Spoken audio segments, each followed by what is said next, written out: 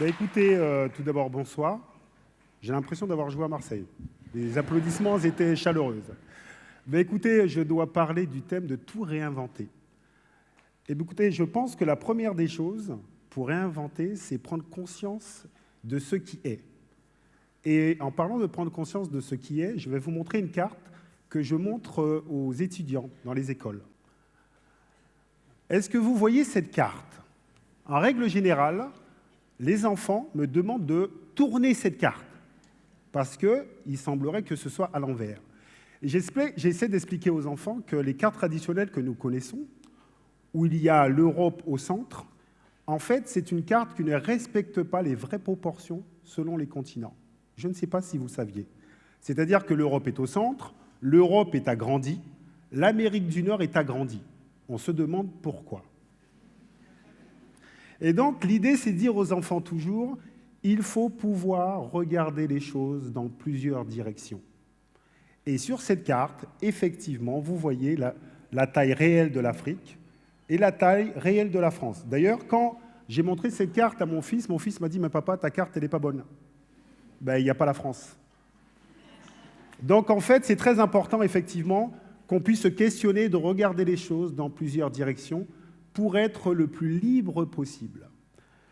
Pourquoi je vous parle de libre, de la liberté? Parce que, en fait, chacun de nous ici, parfois on ne se rend pas compte, en fait, que nous ne sommes pas libres. Nous sommes enfermés dans des catégories. Et je dois avouer qu'il y a une catégorie qui n'est pas très amusante. C'est la catégorie noire. Pourquoi? Je suis né aux Antilles en 1972, j'arrive à Paris à l'âge de 9 ans. Et à l'école, on me fait comprendre que j'étais noir. Et j'ai compris qu'être noir, c'était être vu de façon inférieure. Donc j'ai essayé de comprendre le pourquoi. Et ma maman m'a dit que c'était comme ça. Les gens étaient racistes, ça ne va pas changer. Et donc j'ai essayé de comprendre le pourquoi du racisme. En fait, j'ai compris que c'était culturel, que ces enfants de couleur blanche qui me disaient que j'étais inférieur, c'est parce que culturellement, ils ont été éduqués à se penser supérieurs parce qu'ils avaient cette couleur-là. Et tout au long de mon adolescence, j'ai essayé de comprendre, de me dire, voilà, comment je pourrais parler du racisme de façon intelligente pour faire changer les choses, réinventer la façon d'aborder ce sujet. Et je me suis dit, tiens, ce serait intéressant de questionner les catégories dominantes.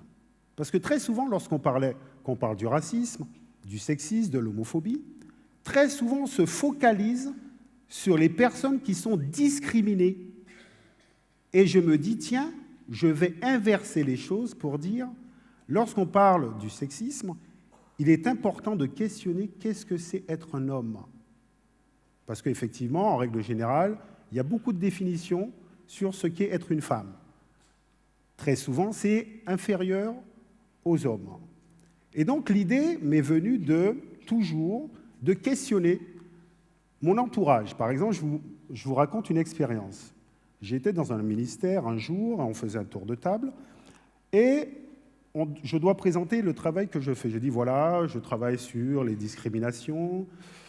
On me dit, ah bon? Je dis, mais par exemple, dans cette salle, c'est très intéressant, parce que lorsqu'on regarde les femmes, et là, le président de l'Assemblée me dit, ah oui, vous avez raison, monsieur Thuram, il y a très peu de femmes.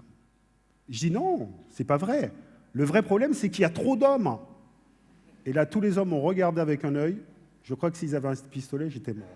En fait, c'est mettre en exergue les personnes qui profitent des discriminations. Parce que très souvent, lorsqu'on parle de discrimination, on ne voit jamais ceux qui profitent des discriminations. Et alors, pareil, j'essaie de dire, voilà, ces enfants de couleur blanche qui me disent que je suis noir inférieur, est-ce qu'ils ont conscience qu'être blanc, c'est être dominant dans la société? Je pense que ces enfants ne le savent pas. Ils reproduisent des schémas de pensée. Et donc, un jour, je me dis, mais comment faire?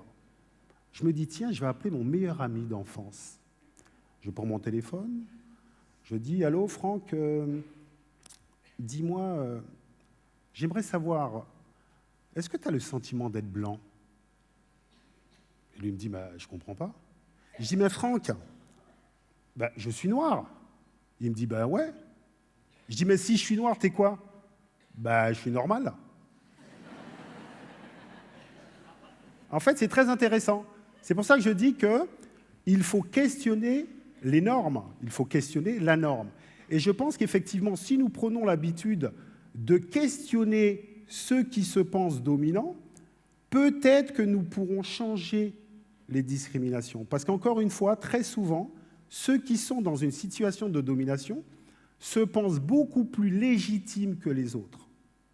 Parce que c'est une question de légitimité. C'est pour ça que je dis que très souvent, nous sommes enfermés dans des catégories. Nous ne sommes pas libres. Ici, il y a peut-être des gens qui sont enfermés dans des catégories selon la religion.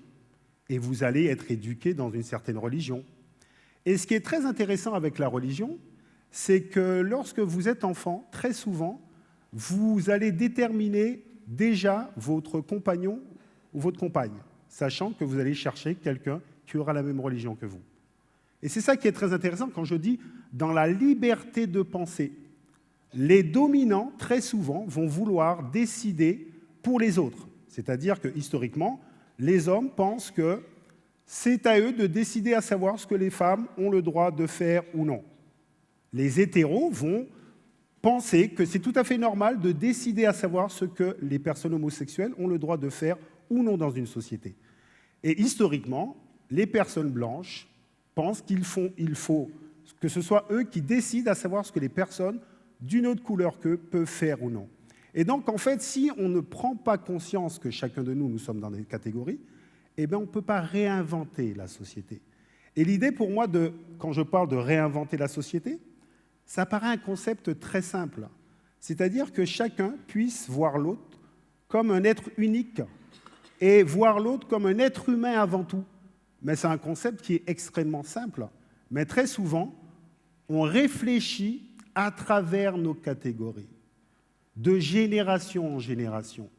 Et lorsque vous voulez sortir de ces catégories, vous êtes mal vu. Parce que tout d'un coup, vous questionnez la catégorie, vous voulez être libre, et tout d'un coup, il y a un conflit de loyauté. Et certaines personnes vous rattrapent.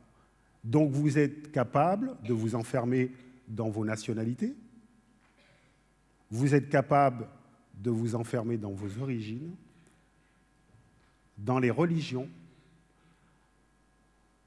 vous êtes capable de vous enfermer dans votre continent. C'est ce qui se passe aujourd'hui. C'est-à-dire, il y aurait nous et eux. Nous et eux. Et les eux ne sont pas aussi légitimes que nous. Et donc, l'idée, c'est effectivement de questionner la carte que nous avons vue au début. C'est est-ce que cette terre est légitime pour tout le monde? Est-ce que chacun de nous, nous sommes légitimes? Est-ce que nous pouvons nous questionner, se dire que peut-être, dans le futur, il faut réinventer un concept qui serait le partage? C'est pas mal comme concept. Le partage, c'est simple. La solidarité. Parce qu'effectivement, pendant très longtemps, certains se sont crus légitimes au monde et ont pensé que le monde leur appartenait. Il y a un petit jeu que je fais avec les enfants. Bon, vous êtes des adultes, mais en même temps des enfants aussi. Donc, vous allez réfléchir à la question, est-ce que vous connaissez Christophe Colomb? Vous connaissez Christophe Colomb? Il y a un monsieur qui fait comme ça, bien sûr. C'est qui Christophe Colomb?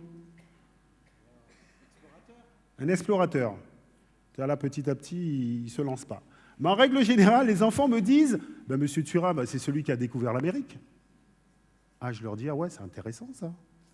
Il a découvert l'Amérique. » Et donc, en règle générale, j'ai dit « Attendez, je sors de la classe et je reviens dans la classe en disant « J'ai découvert la classe. » Ben non. Je dis, mais pourquoi? Mais on était déjà là.